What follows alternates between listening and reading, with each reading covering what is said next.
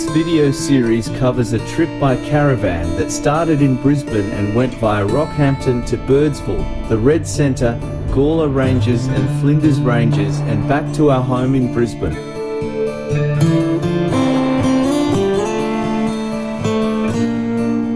I started to make these videos to record the journey soon after the trip, but for some reason didn't finish the task. I have now done so. 17 short videos comprise the set. The series is titled West, Centre and Flinders. Here is the next part.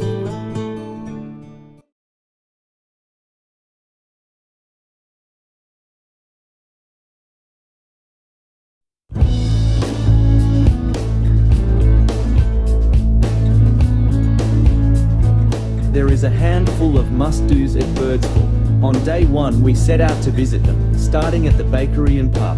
We then did the short drive around the rest of the town. We crossed the Diamantina River towards the South Australian border and quickly found the Bourke Wills tree beside the river with the famous blaze from the axe of a Bourke Wills team member so long ago is still clearly visible.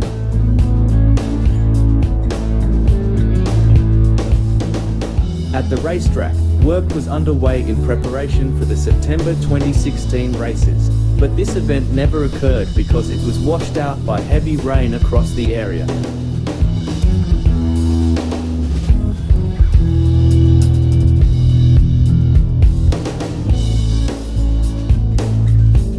Just to say that we had done so, we drove south on the Birdsville track, crossed the South Australia border, turned right and drove far enough to be overlooking Pandy Station.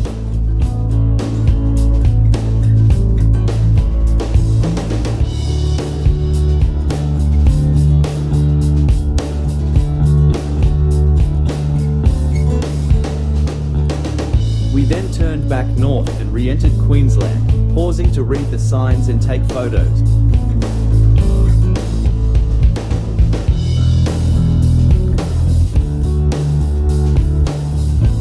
The next day was the big day. In fact, it was Big Red Day. We drove out to the Big Red sand dune and drove to the summit.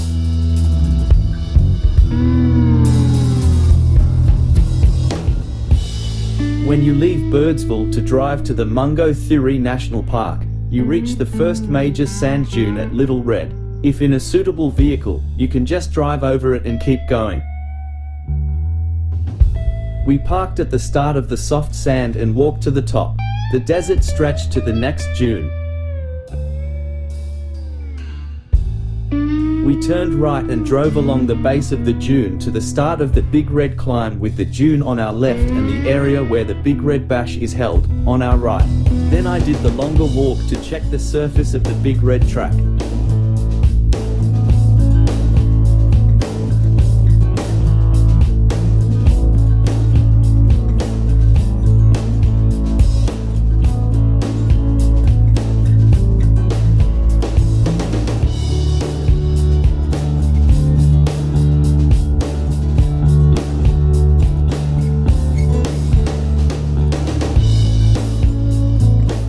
A neighbour from the caravan park and agreed to each take video of the other driving Big Red.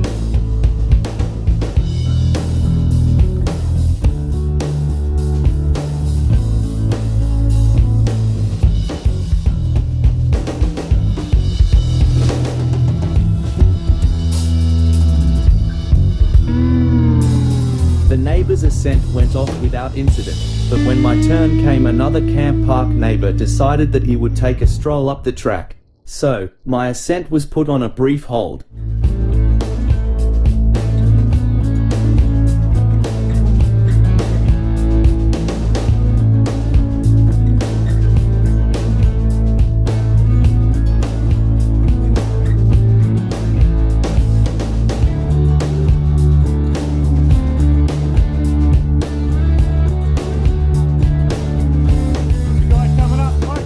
I was given all clear, I set off and completed the drive as though I was on a sealed road. Southwesterly winds had blown most of the loose sand to the other side, so it was an easy climb. So the reduced tyre pressures were quite unnecessary.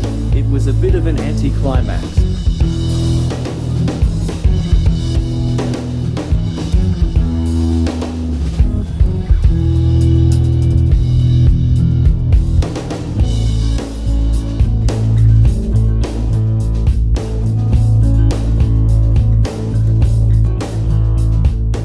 But a drive up Big Red is a drive up Big Red.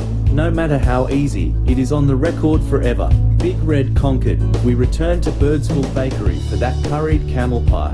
Ruth settled for beef.